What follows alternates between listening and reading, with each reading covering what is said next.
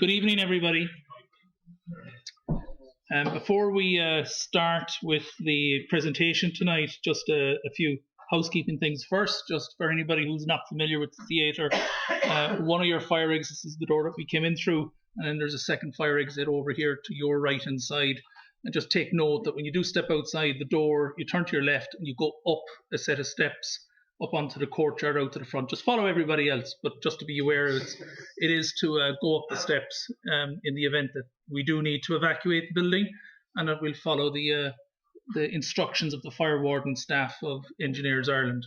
Anyway, everybody, welcome tonight to the theatre, and thanks for coming on such a miserable day and evening. I presume it started to rain again outside, but we'll be here for an hour and a half at least anyway. It is a CPD event, so all members of Engineers Ireland can chalk it down for their annual requirement. And a big hello to our other members and other viewers who are online on the webcasting. Tonight is being webcasted, so hello to folks in Limerick and the UK and Poland who I know are watching in. Just a reminder that in January we are going to have our next talk on the 23rd of January. Just pay attention to the Engineers Ireland's website, and our annual seminar will be on the 23rd of April. Again, that's going to be held in Athlone, as it was held last year. We'll have a Q&A session after the presentation, and could everybody please turn off their phones? And if you are on call, turn it to silent, and just be aware of that. If you do need to take a phone call, take it outside. There's no problem, as long as you're not disturbing our speakers tonight. Tonight's topic is modular construction, and we've got two speakers who are going to speak in tandem. First, Dr. Michael Quinn from Michael Slattery Associates, and Michael is going to look at the strategy in relation to modular construction design. And then also we'll have Declan Wallace from Evolution Innovation, and Declan will speak in relation to modular construction design and particularly fire testing. And they've got a very good broad history in relation to fire testing of such construction. And hand over the night to the two gentlemen. We'll start with Michael. Thank you.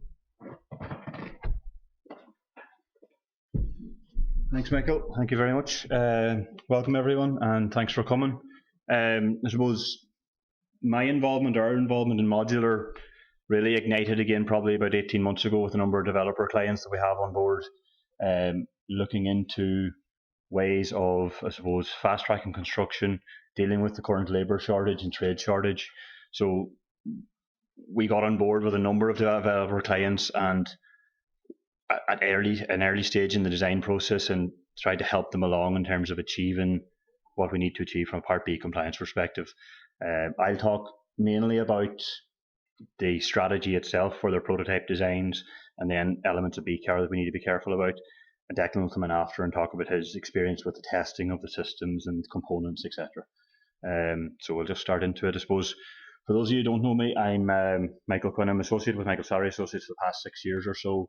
Prior to that, I studied in Jordanstown for 4 years, and prior to that, I was working with ORS Consultant Engineers in Mullingar. So we'll start into it, I suppose. Our involvement, I suppose, is to assist in the development of fire strategies for the prototype apartment schemes. So obviously with modular, you need everything designed up early doors. It makes sense if the schemes can roll out around a heap of different sites. So if a developer has 20 sites around the country, it makes sense that they can roll out these schemes on those sites. So I suppose from early doors, we're looking at the schemes to make sure that they're Part B compliant from a means of escape perspective, right through from B1 to B5. We're assisting the clients in navigating the statutory approvals process. So obviously your fire cert application, and then your site stage and BCAR inspections and sign off. We also provide advice on product and system selection to achieve compliance with Part B. So everything from your boarding systems to your fire stopping products, right through to your active and passive dampers, ductwork, everything, all those areas. Provide guidance during the early detail design process. That's one of the big things with modular that we're finding is the importance of early detail design. So I suppose we've with one particular client in mind, we have carried out a number of detail design workshops with M&E consultants and structural engineers to get things in line early, prior to ever hitting the factory floor with the modules. That's absolutely essential with modular. Typically, I suppose it's where you enter your letterboxes, where your ducting goes through, your service penetrations. That all has to be designed out very early doors, prior to ever, as I say, prior to ever hitting the factory floor. And the time spent there, I can't overemphasize how important that is and how beneficial that is early in the process rather than later down the track after the module is manufactured, because it's too late at that stage. And then I suppose at the end of the day, we provide ancillary certification with Part B of the building regulations. So we right through from inception to completion, through the factory manufacture process, we're involved there with inspections, and also then when it gets to site in terms of the erection and putting together of the modules, we're also involved there and keeping an eye on everything under the BCAR regime. I suppose it's obviously mainly Resi we're involved in with the modular, and the two documents that were our design approach or design basis are TGDB and Treble 9.1, mainly Treble 9.1. So those are, we have a number of schemes within the strategy approvals process and also approved where we've used Treble 9.1 as the design basis. The headline provisions that we have outlined in many of the schemes that we've done in the design stage as so far is LD1 fire alarm system, a Category 2 sprinkler system. Now, something that we've engaged with DFB on and agreed on is the 60-minute water supply. Okay, so the sprinkler code there would only look for a Category 2 to have a 30-minute water supply. We're providing a 60-minute water supply on these schemes. Also with the open plan apartments, we have Fraser Mitchell in BRE with the BRE Global Risk Assessment, with risk assessment, and I suppose what we do there is, as many of you will know here, we have maybe 10 or 11 standard apartment types, 1 beds, 2 beds, 3 beds, and we supply them over to the BRE and they do their crisp assessment on them. What we're trying to do on all the schemes is we're trying to keep at least 2 meters from the hob in terms of the escape path past the hob. I know there's a current consultation process with the TGDB for 3 meters, but we're finding that's difficult to achieve in a lot of the apartment schemes, and we're probably going to end up in around 2 meters. And we're hopeful that the crisp analysis will demonstrate that we're okay with that. Common area alarm will be an L3X, and obviously then our common corridor ventilation will be in line with Treble 9.1 and also the smoke control guide. Yeah, so there's the mechanical smoke ventilation push-pull up to 30 meters in accordance with the Smoke Control Association guide. Dry fire main in the protected stair. AOV in the stair also. Disabled refuges and automatic fire and smoke dampers in accordance with Treble 9.1 and 9999. And also, because it's not a diagram 17 or figure 25 facade, we'll also have our cavity barriers as necessary in line with Treble 9.1. Sorry, Michael, will these slides be going up on the engineer's own website? They will, for sure. This is one of our prototype designs, I suppose, what we call the linear block. We have 12 apartments around a central core, typical 60-minute compartmentation, firefighting shaft at 120. They're all open plan apartments with Resi sprinkler, Category 2, and common corridor push-pull ventilation. So within the fire suit application for this scheme, we will be providing the CFD analysis to demonstrate tenability for both means of escape and firefighting phase. We have introduced the independent firefighting lobby that was within the consultation process for the new TGB.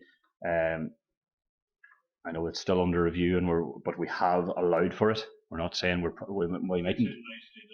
It does down in that one. Going forward, I'm not sure how it'll fit in, but listen, we have allowed for it. We'll see how the consultation process ends up. You know,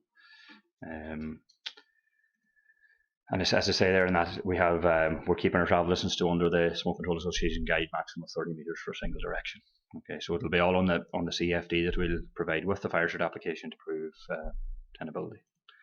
Similarly with the L-shaped block, again 12 apartments around the core, independent firefighting shaft and max travel of 30 meters with a push pull. That's designed for over 18 or over 20. Like that's, you know, it probably initially with one of the developers would probably keep it under 18 as an initial, I suppose, first go at it, you know. But the intention would be to go higher, definitely. I suppose the fire alarm system is very plain and simple. It'll be an LD1 fire alarm system within the apartment with your heat detector in your kitchen. 1 or 2 or 3 bedrooms opening into the open plan kitchen, and we'll be trying to keep, as I say, keep the hob, the induction hob, at least 2 meters away from the escape path. Yeah, from the hob, from the induction hob down. Yeah. Sprinkler system, fairly straightforward again. 9251 standard system, category 2, coverage only in the residential units. 2.8 millimeters per minute for 2 heads simultaneously, or 4 millimeters per minute for 1 head. Again, 60-minute water supply.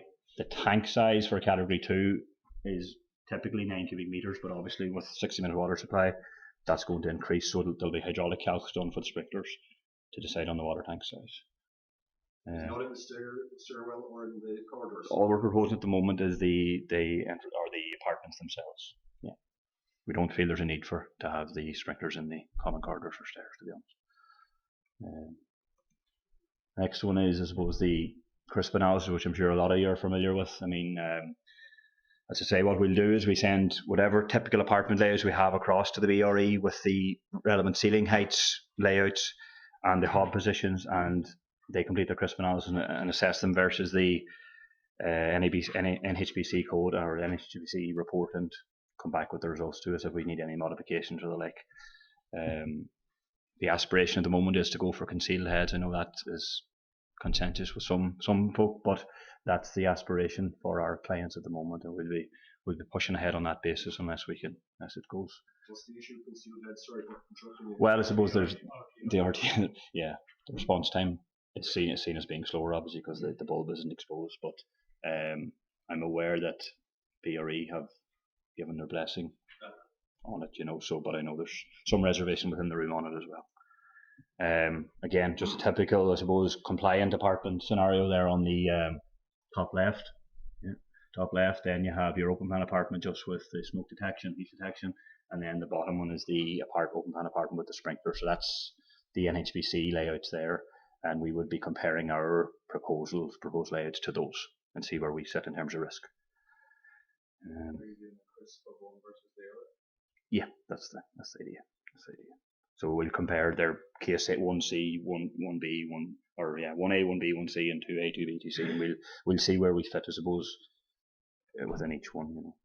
It's the case normally is with the open plan sprinkler that your risk is lower than definitely than the open plan one in the NHBC, and in a lot of cases lower as well than the actual 991 compliant entrance hall scenario. Common corridor ventilation, again, push-pull. Typically in our extended corridor we'll be proposing up to 30 metre single direction. I know in the office, I don't think we've got to 30 metres yet single direction, but that's what we'll be pushing for in accordance with the smoke control guide.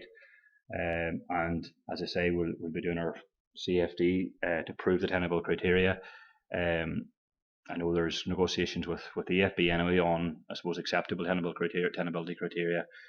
We'll be hoping to use the tenability criteria within smoke control guide, and we're open to negotiations, I suppose, on that to see where we sit on it. Again, duty standby fans, backup power. So depending on where in the corridor the smoke is detected, they're reverse fans, so one fan will go into extract, the other will go to inlet. Only on the fire floor. Tenability criteria, I suppose, that 2.5 kilowatt per square meter, 60 degrees smoke temperature, or 5 meter visibility distance in the common corridor. So I mean, once the apartment door closes again, you'd be hoping to return to that within, the smoke control guide would say, between 2 and 3 minutes. I know we've done some schemes that it's 1.5 minutes, but again, we'll get the happy medium there where we're all comfortable, I suppose, and again, the CFD will play a big part in that. And then the firefighting tenability is another matter, and again, because our apartments are sprinklered, we don't see the smoke temperatures or the heat fluxes within the common corridors ever getting to a stage where we will reach anything near critical there. And I suppose the main thing with the firefighting phase is keeping the stair core free of smoke. So it's additional, just minor stuff, but additional provisions we'll be making, obviously dry risers where necessary, where we can't get our B5 access, AOVs in the stairs, and disabled refuge comms. Other things such as fire and smoke dampers, cavity bars, etc. all go without saying, I suppose. MSA's role, I suppose, for manufacturing erection. Service coordination, I mentioned it earlier, critical item. As I said, the more time you spend at service coordination, structural coordination at the start reduces the issues further down the track. Okay, you can't spend enough time at that, to be honest, to make sure that you have your letterboxes, your structures right, that your ceiling heights aren't going to be affected, that you're not meeting issues later on down the track on either in the factory or on site. Liaison with relevant stakeholders, contractors, specialist contractors, the likes of your smoke control guys, your passive fire protection guys, building control, the fire brigade. I mean, that's part of our role here, is to liaise with everyone and make sure everyone's comfortable with what we're doing. I suppose we have had some liaison on some of the schemes already with DFB and with building control, and hopefully we're all working together and coming to a successful conclusion on those discussions. Under BCAR, I suppose the technical submittal review is important. Also essential, I suppose, that everything from your fire stopping products to your damper submittals, again QA and reviewing the CFD analysis, all that's critical to the success of the schemes. Selection of key suppliers which we trust and we know will produce a good product for us. So we have involvement in that with the relevant developers. If there's guys we know have the pedigree and the ability to produce and to provide the service we need, then those are the guys we'll be recommending. Coordination and management of typical details and benchmarking. Again, benchmarking is important in all schemes, and it's important here as well that your typical damper ropes, your typical cavity barrier installations, they're all benchmarked, early doors, socket boxes in walls, all that stuff, to make sure that everyone knows the level of detail expected of them and the quality of work expected of them. It's all recorded, so there's no confusion down the track. Periodic inspections, they start early doors. One particular modular scheme we're involved in, it's on site at the moment. We were going to the factory once a week to make sure we were happy with the progress. So it's fairly intense. 2 or 3 engineers involved in the project, so it's important you're there early doors in the factory to make sure that everything goes all right. Now, the benefit of the factory is that it's a controlled environment, and you shouldn't be making the mistakes that are commonly made on traditional sites.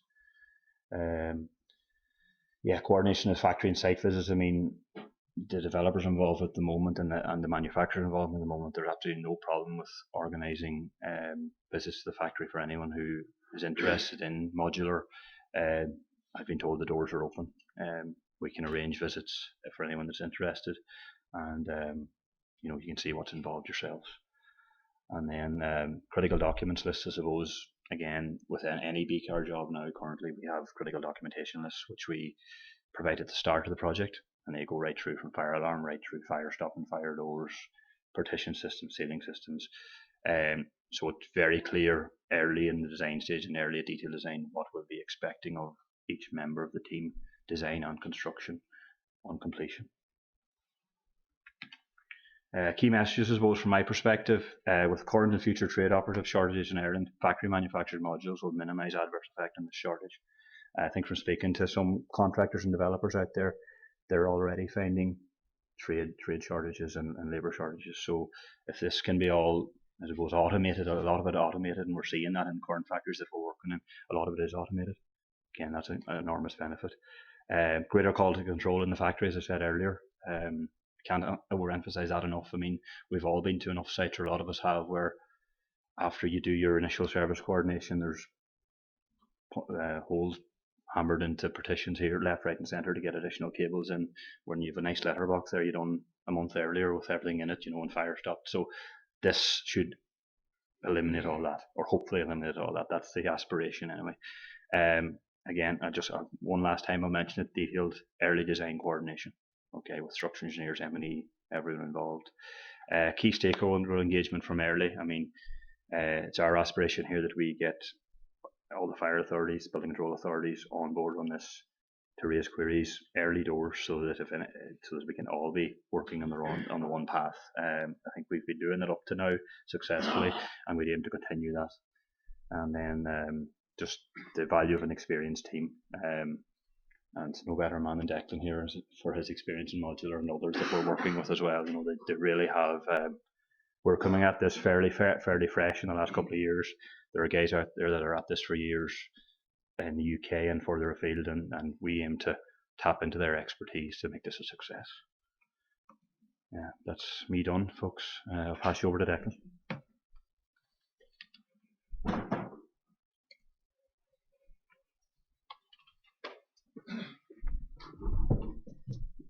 Thanks, Mike.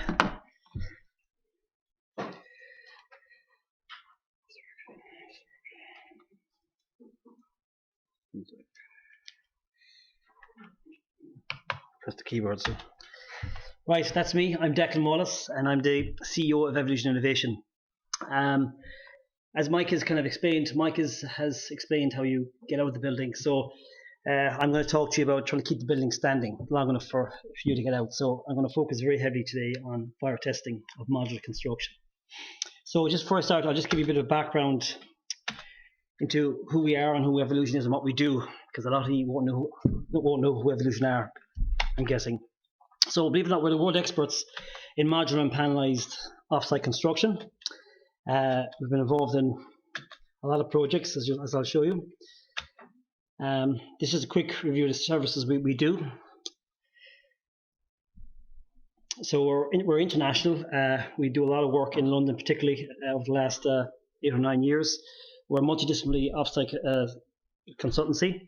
We're a one-stop shop. We've structural engineering, as you'll see, unrivaled team, and we've been involved in over 2.5 billion of projects over the last 10 years, all related to off-site.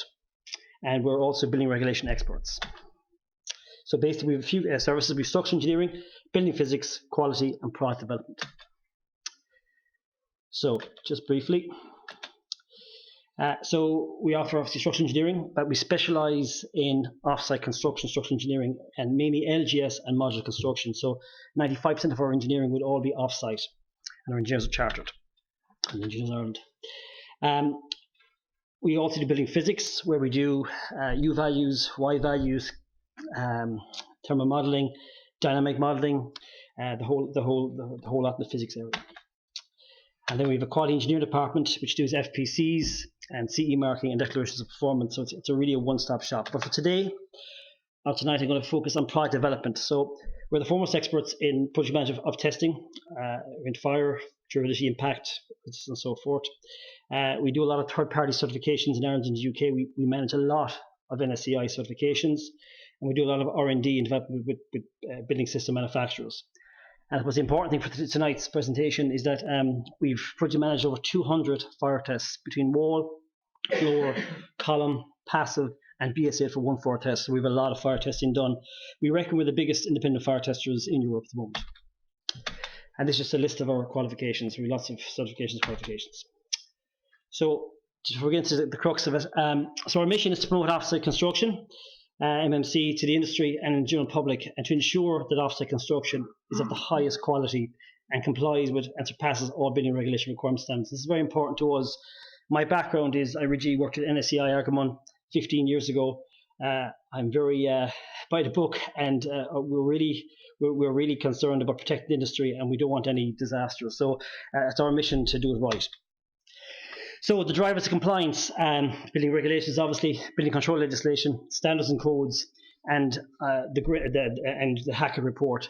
Now, if you haven't read the Hackett report, I strongly recommend it is, well, it's a bedtime reading, but it's well worth reading. And one of the key things that comes out of the Hackett report on testing is, it says off-site systems and the importance of appropriate system-specific testing. So that's very important. It's very important that a system has been tested.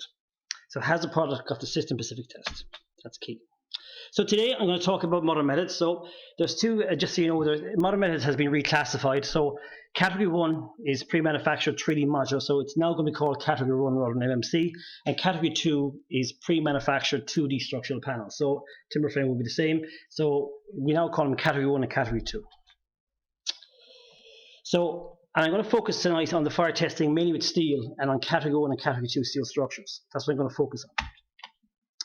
So tonight's presentation will cover structural wall, internal testing. All the testing we do is structural wall external, intermediate floor, separating floor, loaded column tests, passive fire protection, and BS 8414 testing. Okay, so I'm now going to bring you to a standard called BS520, the gypsum standard. You're going to say, why am I talking about a gypsum standard? Well, it's very important that for years, I suppose all architects and specifiers have relied on the CNIP book or the white book for the specifications. You need to be very careful because those books really only focus on non-load bearing product. So, all these offsite systems are structural systems, so they have to have system-specific testing. And what's very important in EN 520 is clause 4.2.2, and it says resistance to fire is a characteristic dependent on an assembled system and not on a product in isolation. Now, that's a very important statement. So Part B, just briefly on Part B, you all know what Part B, but this defines the resistances we're going to go to. It's the 30, 60, 90, 120.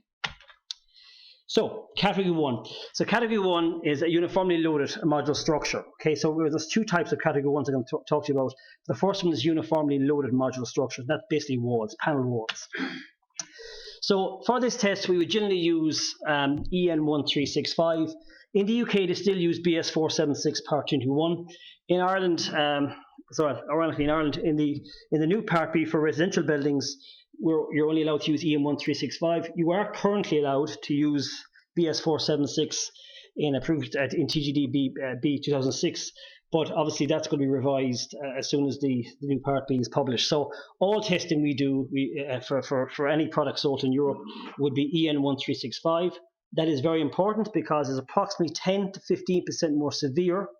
It's 10 to 15% more severe than BS 476. That's very, very important. So internal load bearing walls and external load bearing walls, right? So what's very important when we design these walls is the adequate detailing of surfaces and walls. So all the testing we do for our clients, we would generally put surfaces in the walls. We think it's very important. We don't test without surfaces and walls unless the client specifically requests not to. The importance of appropriate fire load, and I'm going to talk a lot about load. It's all about load.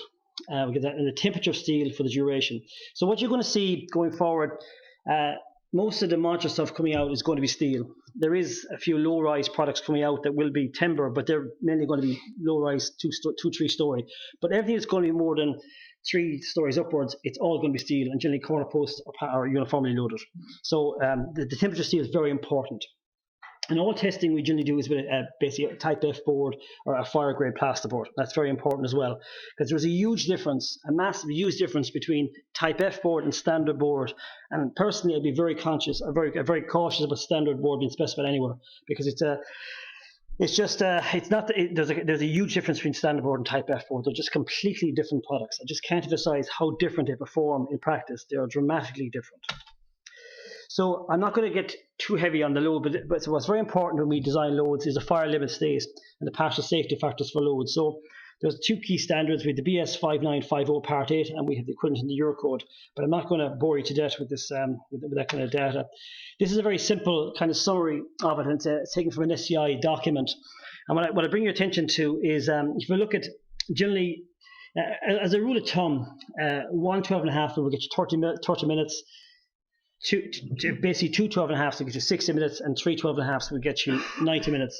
Now, what you want to be very careful when you look at this thing doesn't work, but if you look at the item highlighted in 4 below, fire load walls, the load ratio should be for higher loads 3 layers. So you'll see in this table here. Now, this is based on BS 476 testing, this document, but you'll see they achieve 90 minutes with 2 15mm boards, right? That's fine. But if you apply the right load, the temperature will be too hot at that stage, and at the right load, it would fail. So 2 15mm boards may not necessarily work. So even though a manufacturer might have said, look, we have a test for 90 minutes, you need to check, has it been tested to the right load at that temperature? Because you actually might need 3 12.5mm boards to perform at the right temperature. And what's very important, as the buildings go up, the load gets significantly greater. So you can see there in table 1 below, you'll see the temperatures. And what's very important when you look at steel, there's a lot of variance in steel. So when we look at cold form steel, at 300 degrees Celsius, cold form steel has to take significant reductions. So if you had a hot rolled steel column, for example, you wouldn't have the same reduction at 300 degrees. Now, when you get to LGS, light gauge steel, it's a great product, but when you apply the right load to it, i.e. big load, at 300 degrees it will fail. unquestionably will fail 300 degrees. So with the appropriate high load. So it's very important. So when we manage our testing, believe it or not, the last thing, we're not really worried about the test passing. We're more worried about the temperature of the steel. All we're focusing on is trying to keep that steel as cold as possible. And if the steel is cold, it's a successful test. So that's what we're on about. Okay. So why is loaded fire testing so important, right? Well, it's recommended in SCI P129 the studs should not be designed more than 80% of their axle capacity under normal conditions, unless we have fire tests which prove otherwise. So basically, working to a load ratio greater than 0.4 result in ultimately limits at approximately 20%. So if you rely just on the code, you are completely going to over-engineer the building. So you really have to test, otherwise you have to take massive reduction factors. So boring combinations to be tested to ensure steel is protected, so the temperature steel remains low as possible. Plus you got to maintain integrity and insulation, because in any test we have REI, resistance, insulation, and integrity.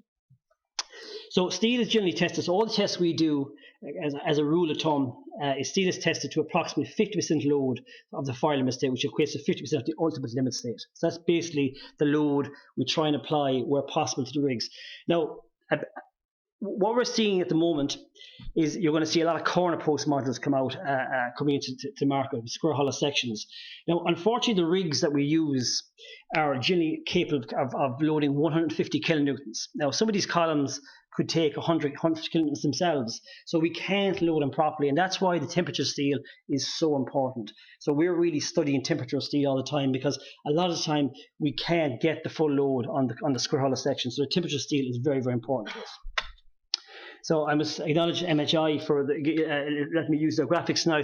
But this is just a good example of a modular building. This is an SCI approved system that's recently got 10 stories. Now this one is based on a uniformly panelized modular system, and you'll see there the party wall detail is we counterbatten the walls on the separating walls. So in accordance with 3.257 of TGB, in Ireland, we don't penetrate the separating walls. But you will see on the external wall in that graphic there, you will see that we have sockets in the walls. That's very important. We put sockets in the walls. It has to be practical. So sockets, all the walls we do in steel will generally have sockets in the walls, and we have minimal wool in those walls to allow those sockets. So we don't like testing with intumescent putty pads, personally, because, it's particularly in Ireland, and it's important. There is a huge difference between UK product and Irish product, because they allow things in the UK that they don't allow in Ireland. For example, intumescent putty pads are widely accepted in the UK in residential construction. In Ireland, we don't allow that, because Mary wants to move her TV or her socket, and if there's intumescent putty pads in the house she buys, when she moves the socket, she won't know she has to replace that intumescent putty pad with another pad. So in Ireland, we've adopted an approach.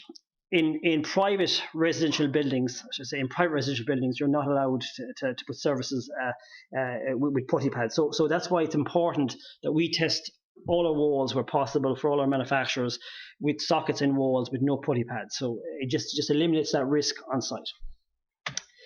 So, and now I'm going to talk about corner supported modular structures. Now, what is important when we talk about this kind of testing is that when a column is outside the line of the wall, you're into a different test, okay? So when is a column test and when is a panel test? This is very important.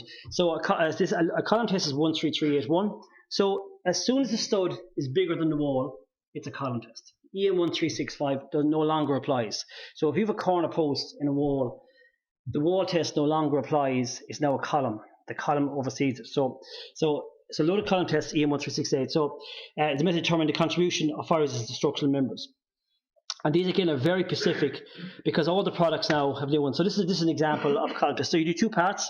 You do an unloaded column, and then you do a loaded column. And you're seeing there on the third picture, we always test to destruction. Okay, we always test to destruction, and that's very important. And in any test, you should never stop a test before destruction, because if you want assessments later on, it's critical you get that 15% extra onto your test. So we will always test to destruction. We never test on destruction. Loaded floors. So floors are a bit different. So we have EN1365. So the importance of keeping protected boarding in place. It's floors that can be different. With gravity comes into place. So the strategy for keeping boarding in place is critical. Unlike a wall test, the boards tend not to fall off. In a floor test, the boards fall off. So it's all about keeping the boards in place, and that's very difficult to do, to keep the boards in place. So failures usually cause a boarding falling off, which results in deflection failure, followed very quickly by integrity installation failure. So it's there are very different tests to floor. Modular joist floors, believe it or not, perform better, a lot better than the normal joist separating floors. The reason is, in a modular construction, you're going to have a ceiling, and the ceiling is going to be unloaded. So basically, in a modular construction, the floor is actually particularly good in that if you can imagine the modules dropped in, the ceiling of the module is designed to take the load of the workers installing the modules. But in situ, then the separated, the floor comes on top of that then. So the loaded floor is actually protected by a non-loaded ceiling. And the unloaded ceiling, see, when you test a floor, and if the ceiling is unloaded, it'll perform very well. It's all about load. So what's happening is, in a modular situation, is the floor has been protected for a long time from load. So therefore, the fire can't get to the structural members. So we find that modular floors perform very, very well, exceptionally well when it comes to, they really exceptionally well. Again, that's just an example of what happens when it fails. Don't worry, we always test the failure. We would never stop a test unless it fails. We always test the failure because we want to know exactly when it fails and why it fails. Now, I just brought this one in, BCMS Information Note 1 and Guidance on Intermediate Floors. So the last one was on really, up to January this year, we've always tested separating floors, and we never generally tested intermediate floors. But since January this year, we have guidance note on BCMS Note 1 on intermediate floors. And it's a very, if you're not aware of it, it's very important you are aware of it. Now, it's important to highlight that it was always in the regulations that intermediate floors should have 30 minutes resistance. It was always there in the regulations, in case people think this is a new thing. It was always there. How it was enforced is not a question. So the key thing is that, all services in the floor must now be fire stopped. And regardless of your construction, regardless of the construction you use, if there's a service in the floor and the service is unfire protected, the floor will fail.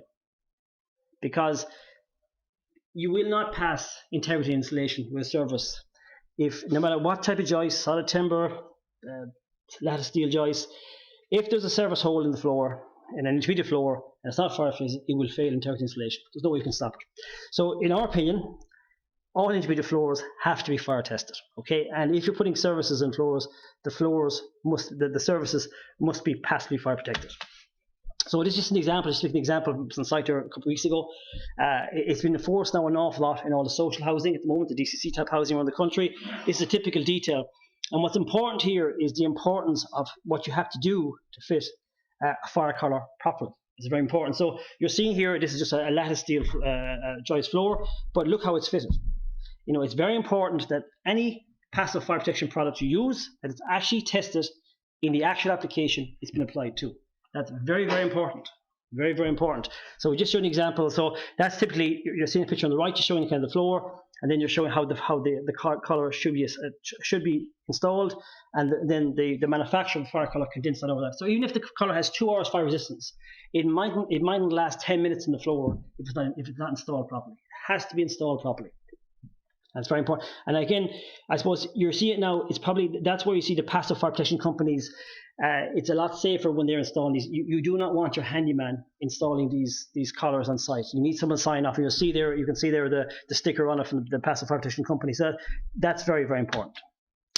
Again, we're just showing an example then in a modular construction, a separating floor in a modular construction where you see the 2 boards. And again, in obviously a modular construction, you're allowed to have services run through, but you're not allowed to run services in a floor. And just see an example of the collar there again. Again, and then when it comes to passive fire protection, we have EN 1366 Part 3. I know I'm throwing lots of standards, and there is absolutely loads of fire standards. You could talk all night about fire tests, but again, it's a different test. So when you test passive fire protection, it's a different standard. We would generally not test services in floors generally because it's too broad an area. We would generally test the service to this standard 13663 because it's a different type of test. So we ensure the products are suitable for the configuration in which they are. So my recommendation on this is, if you're buying products from passive fire companies, it's important that you get the paper and documentation that clarifies that product is suitable for that wall or that floor it's going into. And it's very, very important. That's very, very important because I've been through this quite a bit. Very quickly, BS 841. We do a lot of BS 84141 testing on buildings over 18 meters. They're very, very tricky tests and very, very difficult tests, and they're very extravagant tests. They're mainly reduced to legacy tests now because in London they've banned insulation in buildings under 18 meters. In Scotland they've reduced it to 11 meters. So I think we're heading in the direction where we're going to have basically non-combustible external walls in mid to high-rise buildings. So basically, quite simply at the moment, all the products we're designing at the moment, and any product we're designing over 18 meters, is designed non-combustible. It's going to be A2, S1, D0. The challenge at the moment is the breeder membranes and the EPDMs and stuff. Breeder membranes only don't exist at A2, S1. You get those Class Bs, and EPDMs are basic Class E products at the moment. So we just need a bit of a common sense approach to this because some of these things are not practical, because we're getting to a situation where we're going to be too far in one sense, in that we're going to have systems that don't actually work. They're going to let in water. We have to keep water out as well. So it's just about getting the right balance with these products. We do a lot of BS 84141 testing. We think we did 7 of them last year or so. And again, so what you're going to see is an emergence of basically non-combustible mineral wool walls. And that's going to bring its own challenges. A lot of challenges because the walls are going to get a lot bigger. How do you physically connect cladding to them? There's going to be a lot of challenges with these non-combustible walls because they're, when you get into weather tightness testing and stuff, they're not as robust, as rigid as other products like the rigid PIRs were. So very briefly on certification, let's go to certification. NSCI argument certification is very, very important in Ireland, and at the moment it's our recommendation that any system that you're looking at specifying in Ireland has an argument cert. Now, it's important as well that the NSCI cert doesn't guarantee that the project compliance. It just says the system has been assessed and it can meet building regulations. Every project is project specific. You have to make sure, and what's going to happen in the project, there'll always be new details. There'll always be new scenarios in new projects. So it's important you have the competence behind to assess these things. But an argument cert's a good way to start. And just on the argument cert, I'm just going to, you'll just see the emergence list. These are all LGS. There's an awful lot of LGS coming to the market. These are 3 companies that recently got certified. They're all going 10 stories in LGS design. And now we have MHI who have just got 10-story modular. So and there's a lot of more of these coming in the next couple of months. There's 5 or 6 more certs coming in the next few months. So just on the argument cert, I suppose what's very important in the argument cert is Section 4. It's sort of called Table 4, Table 5 in the argument cert. And it's important to reference that table. I'll just pick one here randomly. That gives the testing done. So in Ireland, they've really enforced, the argument have really enforced the route of fire testing. So when we look at the likes of timber frame, the timber frame industry have come together and they've done their own testing. And because timber frame has got IS 440, they comply with standard. But when we go to steel frame and modular construction, there is no IS 440 for them. So they all have to go down the argument route, wrongly or rightly, but it's gone that route.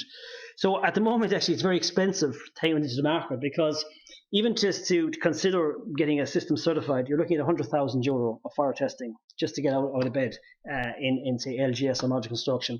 You're generally looking at 4 walls and 2 floors, basically. So if you want to do 30, 60 minutes, you got 2 floor tests, and we generally recommend you do 2 external walls and 2 internal walls, load of walls. So again, this table here shows what they've got. So all the guys at the moment have got 30, 60, and 90 because obviously they're going up to 10 stories in height. So they're up to 30 meters in height, and so they've all got the appropriate fire testing. And all the testing is done to EN 1365. So that's a big market. And the other thing that is very important to be aware of is there's long lead times to fire testing. There's long lead times. Like, to get a floor test in BRE, you're probably looking next June if you're lucky. And we do a lot of testing. As I said, we do roughly 1 test a week, 50 a year. We test all over Europe, Belfast, England, Holland, Poland, France, we test everywhere where we can get dates. It's just like that. So just to show some projects we've been involved in England and where we're going in Ireland, and we are going this way in Ireland. So these are some category 1, what I call world-class projects we've been involved in. I'm just going to focus on a company called Vision Modular in the UK. They're actually an Irish company that are based over in the UK at the moment, and they're the leaders in offsite. And so these are the projects. We've been involved in all these projects. We've done all the R&D and development. So you can just see the kind of size of these projects. This is a one Apex house, 580 beds. It's 28 stories. This one is Maple and Crescent. It's a residential apartment. It's 26 stories, 89 apartments, very tight site, but very, very impressive building. This one is the big one that's in a lot of the news at the moment. This is Croydon. It's 44 stories high. You're seeing it here now. So, and that's there. 2 weeks ago, the last module went in. It's incredible stuff they're doing. Now they use concrete floors, but obviously they're going up to incredible heights. 44 stories is an incredible height. It's going to be the tallest module in the world. We're involved in all the testing of that. And this just gives me an example of one of the projects to show you why everybody wants to go modular. Look at the program. They got planning in November 15, this one, and by August 16, the building was turnkey handed over, 2 11-story buildings. So, that's the big attraction. They can turn buildings around. That's 2 11-story blocks on a really, really double red line site, and they can turn these buildings around in 40% quicker time. And with the PRS sector, and it's coming to Dublin as well, in London, it's all over the last couple of years, it's been all the PRS, private rental sector. All they care about is getting the RAS up and running. So they really pay to get that building built a year earlier because they're getting their revenue in quicker. So that's the big attraction. Of course, the labour shortage, as Mike has highlighted earlier on, that's the key driver. But you can see the attraction why everybody wants to go offsite. So just to summarise, everybody, the Irish and UK leaders in independent turnkey offsite testing and experts in project management fire testing. Offsite systems must have system-specific tests with the correct load. Keep going back. It's all about load. All I can say is it's all about load. Temperature of steel is critical at the required REI 60, 90, 120 minutes. So when someone says that 60 or 90 minutes, you got to say, well, at what temperature and what load did you test to? Because if you're engineers and you're designing buildings, the most thing you got to look at that load calculation. It's all about the load. Building regulatory compliance has never been more challenging, and there is no longer a common sense approach. I know that might seem kind of naff, but there is absolutely no common sense anymore. We're doing more in Ireland now, but in England, it's there's just no sense. And the day of putting an opinion is gone. And the other thing as well, an opinion of compliance with regard to fire performance is no longer feasible because the insurance companies won't allow you to do it. So, people can ask, can you write me a letter on that? You can't, because the insurance companies say, who said you could write that letter? Yeah, the insurance companies have really clamped down on fire assessment. Like the BS841, for example, you can't get them anymore. The insurance companies will not underwrite it because of the claims, the amount of claims going on in the UK. So they just do not want to know about it. And you'll find, I'm sure Michael will concur, you're not in the business of writing these opinions of compliance. They're just gone now. It's just the way it is. So the reality is, I know it's crazy, but you need to have everything tested. And that's why there's such a demand on all this fire testing. Everybody has to get everything tested. It has to be tested. I come from practice in Australia now, and if you have any variation in the tested system, you have to go back to the labs. You can't do an opinion. It has to be from a registered testing laboratory, either as a retest or prototype or an opinion from them. Correct. Yeah, that's where we are here at the moment as well. But even the opinions are very difficult at the moment, and there's a whole standard around that, and you must be UCAS approved to that. But even that has gone very limited at the moment. Like you can't get an opinion in BS841 at the moment, even from those labs, because the standard is in abeyance. So it's there's a lot going on. So that space is very difficult at the moment. So modern medical construction provides the opportunity of doing more offsite, and compliance should be easier. So there is a big advantage to it as well, in that if you get it right, as Michael has highlighted earlier on, you can make life very easy. Compliance inside is very easy. All those fire stops and panic, it's all done in the factory. It's all signed off. It's all fully recorded. It makes a huge difference. And we recommend you use only NSCI certificate at the modern medical construction that have been certified for the appropriate purpose class as well. It's very important as well that that they're covered for the right purpose class. That's basically me, and myself and Mike look forward to your questions. All right.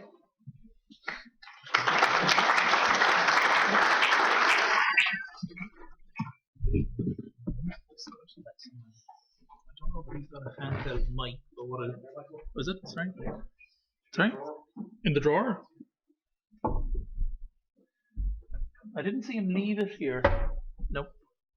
Anyway, I'll repeat the question until... No, I didn't see it. I'll repeat the question if anybody wants to ask. So who'd like to kick off asking a few questions? Can I clarify something actually before everybody gets a chance to go in? When you talked about tenability criteria, you mentioned 60 degrees centigrade, 2.5 kilowatts per square meter, 5 meters visibility. You also mentioned that you're discussing it with Dublin Fire Brigade as a fire authority, building control authority agent. Where is the 60 degrees measured? And how do you measure it? Are you just relying on your CFD calculation? Measured at height of 1.5 from the floor level, and it's based on CFD. Okay. And to what extent is Dublin Fire Brigade, as a representative authority, agreeing or disagreeing with that? Or are they? Or will they after tonight? Just made your life more difficult. I know there is slight variation on some of the projects we're involved in on that, in terms of what has been agreed. But again, we'll be pushing hard for what's in the Smoke Control Association guide going forward. The Smoke Control document is slightly different because it's kind of to do with the state put philosophy, for the corridors, and we would be looking for tenability conditions for means of escape because of simultaneous evacuation. Okay. And not stay put. Not stay put. That's the Department of definitely moving away from the philosophy of stay put, and that's the kind of anomaly with 9991, which is inherently a stay put document. And kind of, to use it as the compliance, you're basically using a stay put design philosophy. And the Smoke Control Association document is similar in the sense that you may not have the same tenability requirements in the corridor as we would look for. So we're looking for the CFD for the corridor, your 30-metre corridor. We'll be looking for that CFD will demonstrate tenability conditions for means of escape for the residents in the corridor. And Dan, there's a couple of factors to that. Like, if you've got a 30-metre travel distance, but a stay put policy, what's the point of 30-metre travel distance? If it's stay put, 30 metres means nothing. So the 30 metres is there for travelling through the corridor, so that's measured at tenability in the corridor. And the 60 metres actually has testing and reference to it. The International Fire Engineering Guidelines, SFP, NFPA, it's all about saturation, but internationally it's measured at 2 metres. But that's very hard in that residential corridor. Yes. Impossible. I suppose, Dan, have you any hints on what the tenability criteria will be that you should be looking for? Well, anybody who's been to the Middle East and hit 45 degrees centigrade would know that you'd get out of that sunshine very, very quickly. 60 degrees, you'll be on your knees. I suppose the criteria would be, that you get a effect escape with smoke, whatever smoke coming in that corridor or temperature, that you're able to actually, that they're to such a low degree that you can walk through it. Yeah, well, I know that's the benchmark as well as we'll be working to the minute, and I know there probably is slight variations within the office and what we have got agreement on, so I suppose it's a work in progress, I suppose, Dan, is what I'd say, Yeah, okay. Okay, we'll throw it open to the audience for questions. Yes? Thank you. Alan Isdell, Building Control, Dublin City Council. Just really, I suppose, a couple of comments, really, Michael, more than anything else, and just to maybe get your view on it. You're highlighting the, I suppose, need to forward plan the layouts of apartments when you're using the modular construction, which makes perfect sense. But I wonder what you might comment on maybe the use of 7-day notices as a way to fast track people onto site, but it may throw up items that need to be dealt with that come out of that process which haven't been allowed for in the manufacture.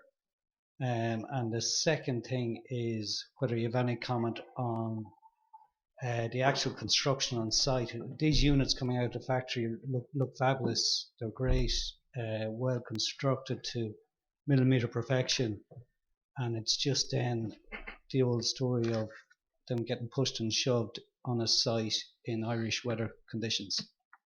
Yeah, agree, Alan. I suppose to take your first point first, or first query first, I mean, if I'm advising our clients or developer clients going forward for modular, definitely say I don't believe 70 notice is a route for them. It doesn't make sense, because if there is any anomaly or any, I suppose, query then from the fire authority for a change in layout and these modules are already on the factory floor or even on site, it's too late. So 70 notices in general, I mean, probably everyone in consultancy would have got stung at one point in time with a 7-day notice and progressing on site too far, so it's definitely not something that I'll be recommending to our clients anyway, that's for sure, unless we're 100% certain on the strategy and the layouts, I suppose on your second point, I suppose there are learnings to come from, I suppose, the sites we're on at the moment and previous sites as to how the site end of things could be managed better, I suppose, to deal with the Irish weather conditions. So that is certain now. And I suppose we'll take those learnings on board. And it's in the interest of our clients and our developers to take those on board as well, to make sure that we're protecting our modules against adverse, I suppose, weather conditions and, I suppose, site practices.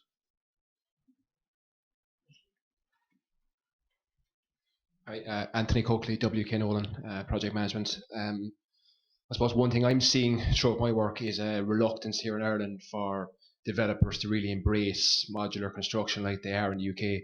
What is the industry doing to give them more comfort and to promote it and give them comfort in things such as, fire, building control, and getting those sign-offs at the end of construction?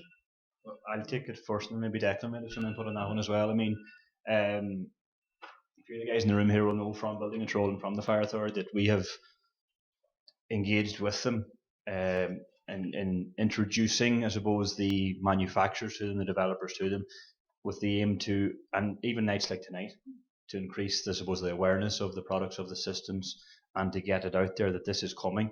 So come to us, we're here to help. Declan's here to help. We're here to help. There are accredited NSCA manufacturers there in the industry that are more than willing to help because they want their product pushed on. So it's coming, as Declan said in the slides earlier, it's coming, so we need to embrace it. And to be fair to Building Control and the Fire Authority, they have embraced it with us so far. Yeah, I suppose just following Mike's point, the labour shortage is driving everything at the moment. You've seen BAM have bought into MHI, Cisco bought into a company called Vision Built. We've Max Skystone coming online as well.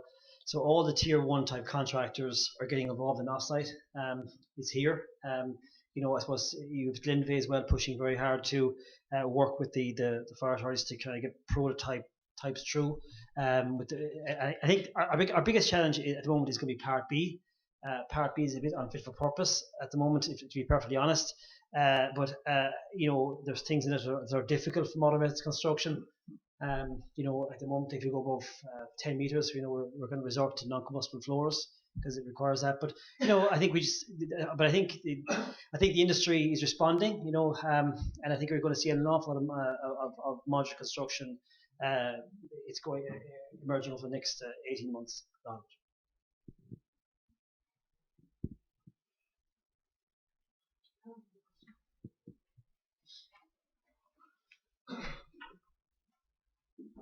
So looking into the further future, how feasible will be the repair and maintenance in terms of durability? It's for me, is it? Yeah. It's no more it's no more than traditional construction. I think, if anything, when we talk about we've category 1 and category 2. If we talk about category 1, which is the modular product, it's actually a little bit easier because. Remember, if you look at the hardest element is the seating, the floor. The seatings by nature are non-node bearing, so you can get access to the seatings if necessary. They're non-node bearing by the way the modular construction is quite easy. So maintenance is quite straightforward. It's no different to traditional construction, and in fairness, the way they're designed with services, the services are more intelligently designed in the modular construction, and they're really designed for ease of access. And you'll find as well that the service runs, I'd actually argue that they're actually a lot better because, especially now as well, this lovely protected corridor stuff that is there. All the modular manufacturers go at great lengths to get the services going the easiest route to try and avoid those protected corridors. I know you can use BS991 with the sprinklers, but if you don't have sprinklers, so I would actually argue it's a lot easier for maintenance because they're designed with maintenance in mind more so than traditional, and there's a lot more thought that goes into these at the design stage. Yeah. Just on that, I suppose I said it, one of my main points earlier was the early coordination of that. I mean, we're working with the likes of Glenveagh here to make sure that their prototype scheme is forward thinking in that sense, and we're really homing in on that service coordination end of things and making the maintenance end of things down the track a lot easier for the occupier. That's Just following on from that, sorry, Kevin Woods from Mail. Just following on from that, who ensures that the building is properly maintained? Because with a building like this, the maintenance of all the various fire protections is absolutely essential. And even simple things like you mentioned, the concealed sprinkler heads, if somebody paints them, they're not going to work right. If there's a water leak and your plasterboard is damaged, how is that going to be managed in these type of buildings, or what is done typically? I suppose, I mean, it's no different to, I would say it is no different to any apartment building. If it's a rented property, you're responsible for your landlord or your management company. You can't be making any serious material alterations within your own unit without, again, getting statutory approval. So it's an awareness, I suppose, more than anything. And if you buy a property or rent a property, I mean, I know that MHA and Glenveigh are in the process of developing a manual for their property, that they'll give on purchase or on rent, that you read and you become familiar, similar to an O&M manual. You could become familiar with your surroundings, with your apartment, with the systems within your apartment, and the do's and don'ts. There's probably a need for training, and fire drills and education of tenants, which is in a way that hasn't been necessary with traditional build. That's a good point. I suppose the O&M manual can bring you so far, or the do's and don'ts manual, but Kevin, it's a good point. I don't know, Declan, do you have any input? There isn't a whole lot different to traditional construction from the point of view of evacuation, because the structure, if it's anything, you're going to be sure the structure is properly done. You know what I mean? Like when it's coming out of a manufacturing facility, at least we're saying, especially in Ireland, I suppose it's very important to say that the standard is high in Ireland, right?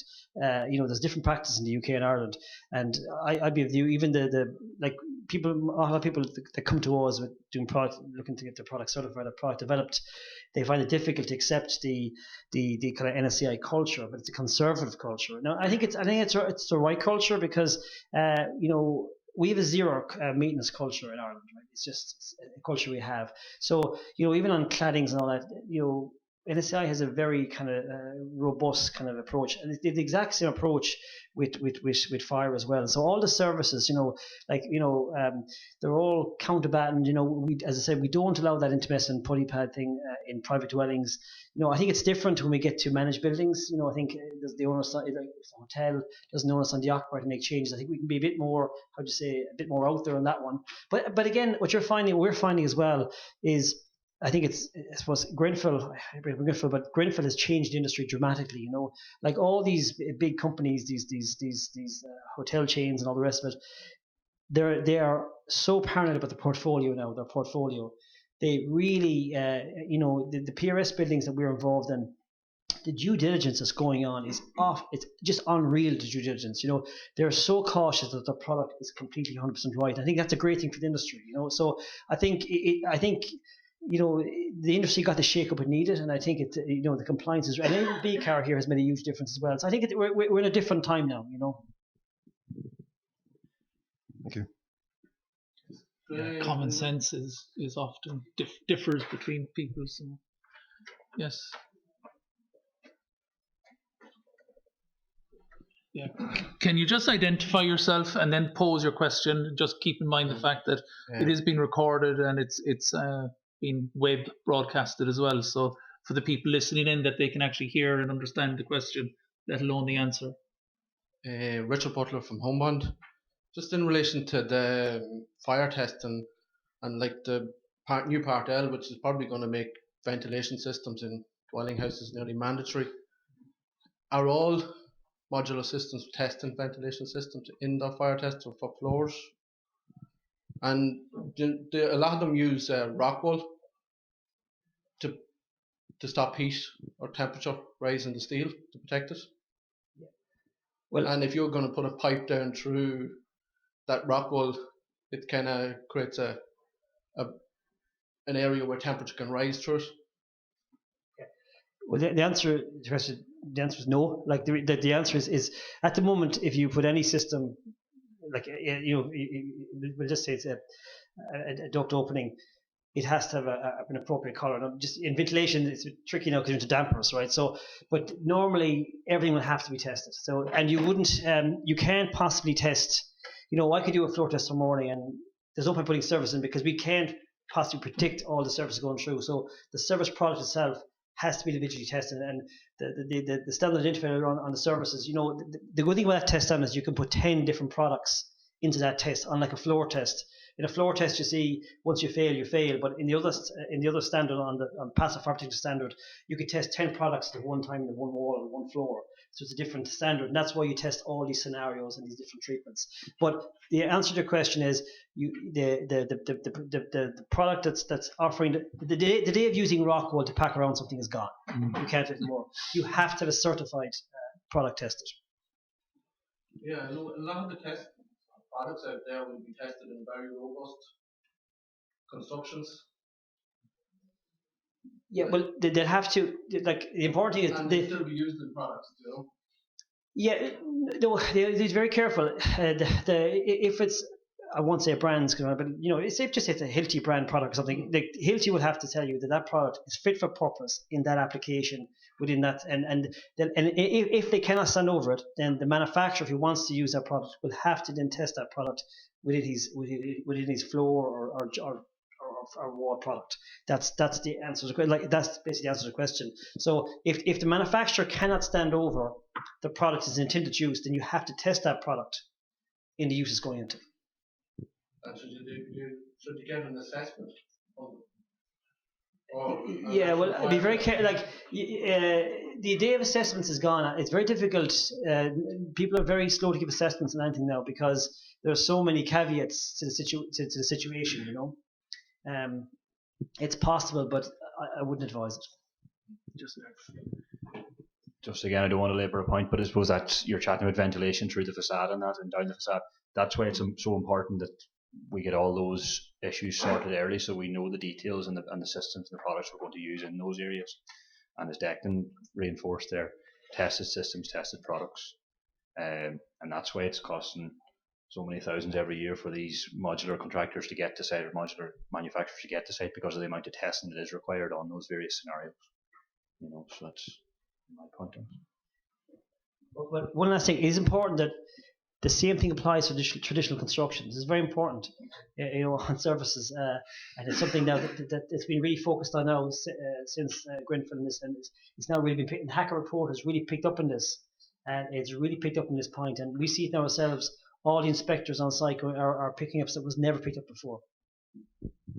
Mark McDade from MCD Fire. The question for Declan again. I know the vision stuff that you showed at the end, they've been around for a while and they did the testing on the concrete and everything else, and you were showing the chassis systems. What's the height of the chassis systems first that they can go to, the maximum height?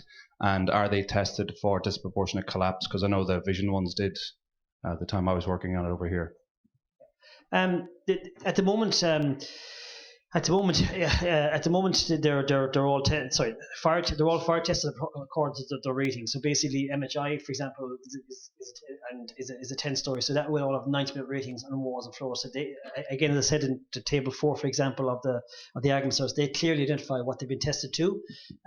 In the bottom of that table as well, you are entitled to ask the manufacturer the actual load they tested to. That's very important. There's only so much. I think it's important as well with agrimensorts, because we've had this recently with building control. If you're asking questions, an agrimensor can only, an agrimensor can't explain the building regulations to everybody. So, we had a situation recently where somebody asked about a 2-story house and about non-low-bearing walls in this 2-story house. Like, agrimensors can't cover that stuff.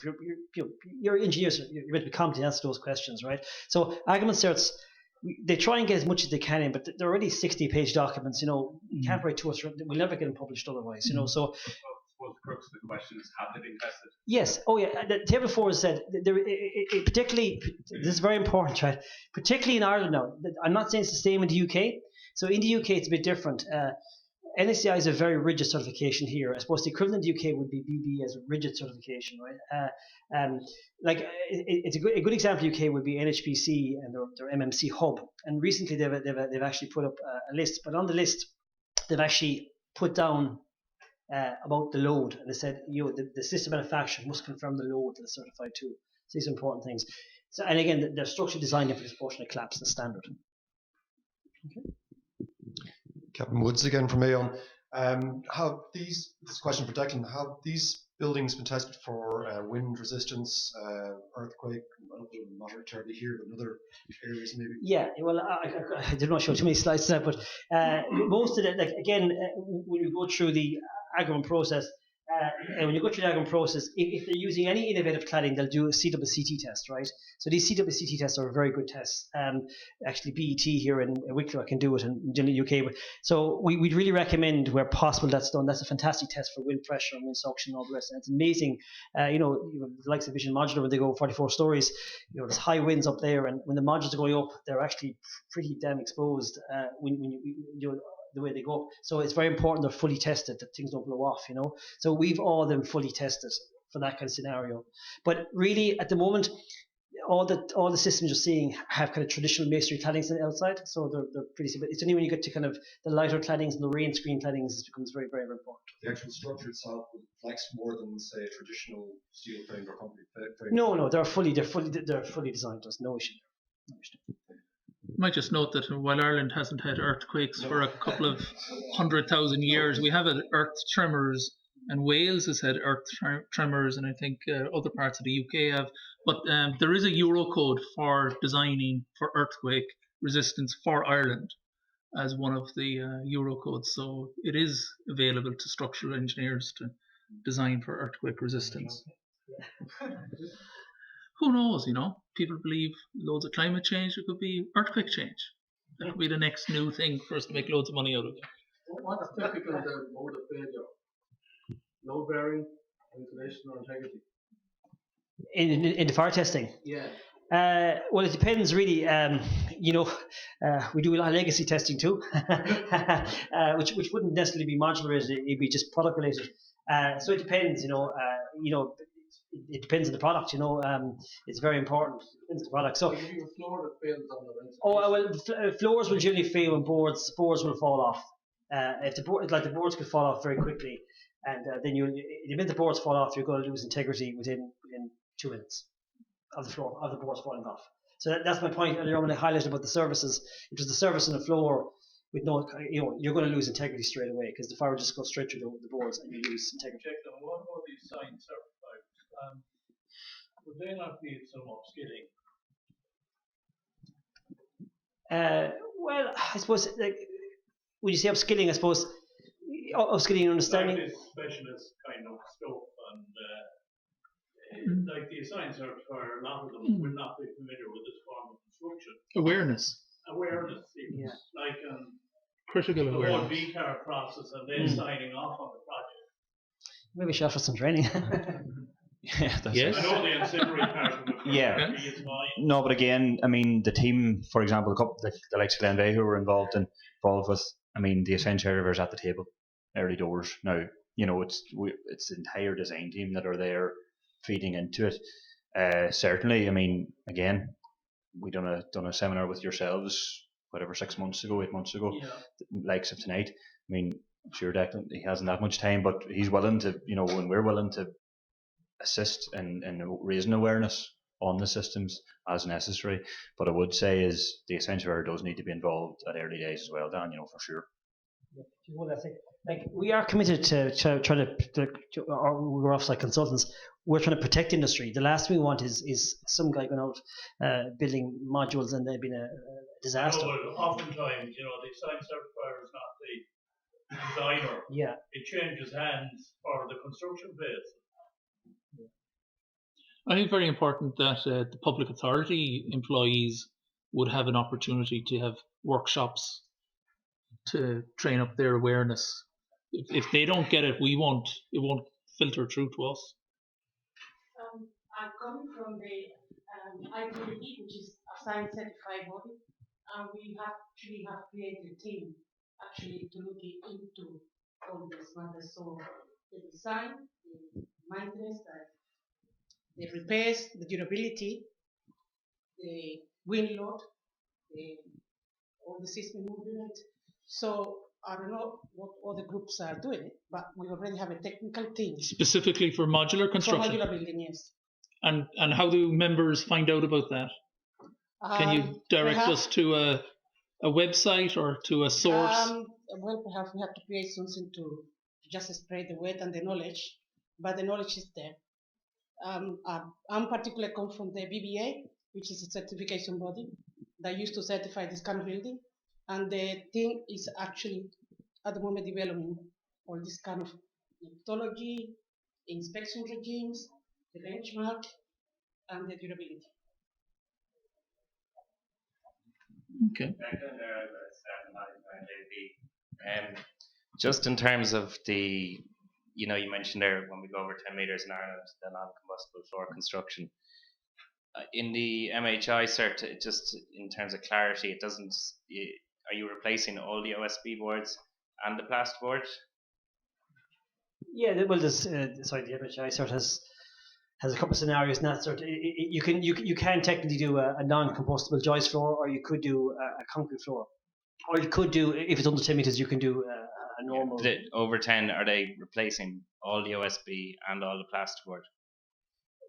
You would use you would be still allowed to use the plasterboard as Class A2 S1D0, but you I suppose is that technically non-combustible though? I mean, like if you were to be going glass. Well, I think the argument cert allows it because it's Class A2S, because you are allowed, an argument cert is allowed. Look, it's deemed as Class A2S1D0, and that's allowed because it's the Part B specifically talks about the structure. Believe it or not, the plasterboard is not the structure. So the only that's a technique. The reason Part B that was really written in a timber frame a long time ago. So that's another reason why I did it on Board Penal appeal 15 years ago, 20 years ago on this, and it passed with on fire on this floor, this whole issue of the floor, and it was approved. So it's more of a technicality. So technically, if the joist is steel, it's non-combustible. If the board is a Class A1 cement board, the floor is non-combustible. Now that doesn't mean the floor has any fire rating. Okay, so this is it's a comment in the regulations, which is a bit that I think that's where the new Part B needs to deal with that kind of scenario. Yeah, I mean it's just for clarity, I suppose. That's the kind of thing. How we treat it. I think the point you're getting to is the materials of limited combustibility, which plasterboard is because of the paper, versus all materials are of a material that is non-combustible. And if I'm not mistaken, your appeal to Board Pleanála included the voids being filled was a requirement that the board laid down for that appeal. The voids of the joisted floor had to be actually filled. You're excited. Yeah, that's my understanding of that. That was one of the criteria that the board passed that. And obviously, unfortunately, Board Pleanála decisions are not determinations that can be. You've got to do every test, one for each situation. But if my memory is correct, that was one of the criteria that they passed it on. No concealed spaces. Yeah. Just I suppose one of the other elements then more on the on-site bit is when the modules are delivered and they're installed on site. I mean, the treatment of the fire stopping between each module, vertically, horizontally, and the service kind of connections. Yeah, well, I suppose Michael, but just before that, we've been doing that in the UK for a couple of years now, and the level of control, every single fire stop is photographed, recorded, with a whiteboard. Even when there's welding involved, the exact same thing is done. So I'll let Mike talk about how you do. I suppose, Stefan, the idea would be that the vast majority of it, or as much as possible, is done in the factory. That's within the controlled environment. Certainly there will be an element of site applied fire stopping, and it's just very important. I mean, that there's a presence from an accredited, I suppose, Ferris accredited fire stopping contractor on site constantly, because these modules go up very fast. Yeah, so, I suppose when you look at it, it's three modules for a 2-bed apartment. So, if you've 10 2-bed apartments on the floor, that's a lot of modules. So yeah. I can testify to that from doing a large complex down in Sandyford 12, 15 years ago. Yeah. Whereby the 3-bedders, the 3 modules, every single fire stop between every module, even if it wasn't intermediate wall was fire rated, was recorded, stamped, approved, and lever action upon lever action of records of every single apartment was kept. And that was because the BBA certification required an independent fire stopper for both internal and external cavity barrier installations. So it couldn't be a contractor employed by Vision. It had to be independent. So, and then we had to do it. I used to work with salaries. So we had to do it then as verification at the end. So it is there. That's good. There's a question I have to ask that hasn't been asked. I was just wondering if anybody's going to think up with this. Trust. I have to ask you a difficult question, and it's the whole building behaviour, the fire testing of the if you want to call it the framing of modular construction. Your fire testing is a floor element, a wall element, but when you add module to module and you've got structural connections between modules, the actual fire resistance of that framed construction. Can you give any comments in relation to that? I'll give my thinking on it, and then Declan will be well able. Obviously, he's more experienced at testing it, but I've done a bit of testing myself, I suppose. And my view would be that any single element furnace test will create a much more onerous condition than an actual fire and you have the composite nature of the whole system as well. So I think the furnace test to the BS 476 or the EN will be a much more onerous scenario than any composite test. Yeah, we've done a few what we call experimental tests, right? Mm-hmm. They're very expensive. You're looking at about 150k for the experimental test. So, we've done experimental tests and they have performed very well. Really, we'll be looking at kind of testing fire cavity barriers and that kind of stuff. But from our own experience, and when you design a fuel load, they tend to perform better, considerably better than the elemental one, because the elemental one is very severe.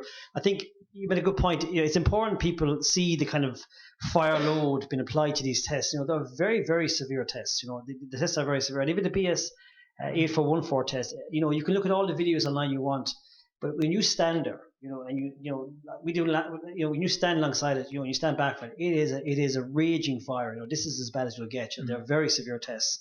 But from our experience, now obviously, if it's constructed correctly, it'll perform well.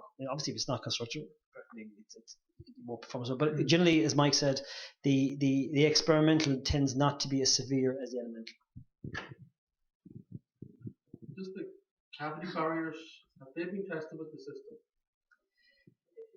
No, you see, you have to understand how the testing works. No, but I'm saying that we've carried out tests for cavity barriers in like these heritage or like masonry of the certain.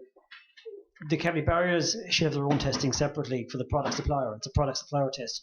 Like any of these manufacturers, they can't test every product. You have to rely on the person supplying that product to have a supporting test out of that product. Otherwise, we'd never get a product certified, because we need €1 million to get a product certified if we keep going on that route. So you have to rely on the material suppliers to supply the test data to support our products.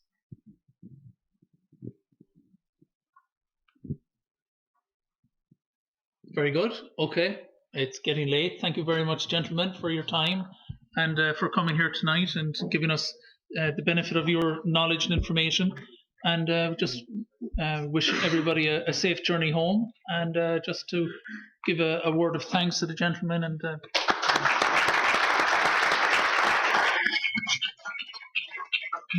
just note, if everybody could just sign their names on the way out, just to let us know who you are and that you've been here, and we get an idea.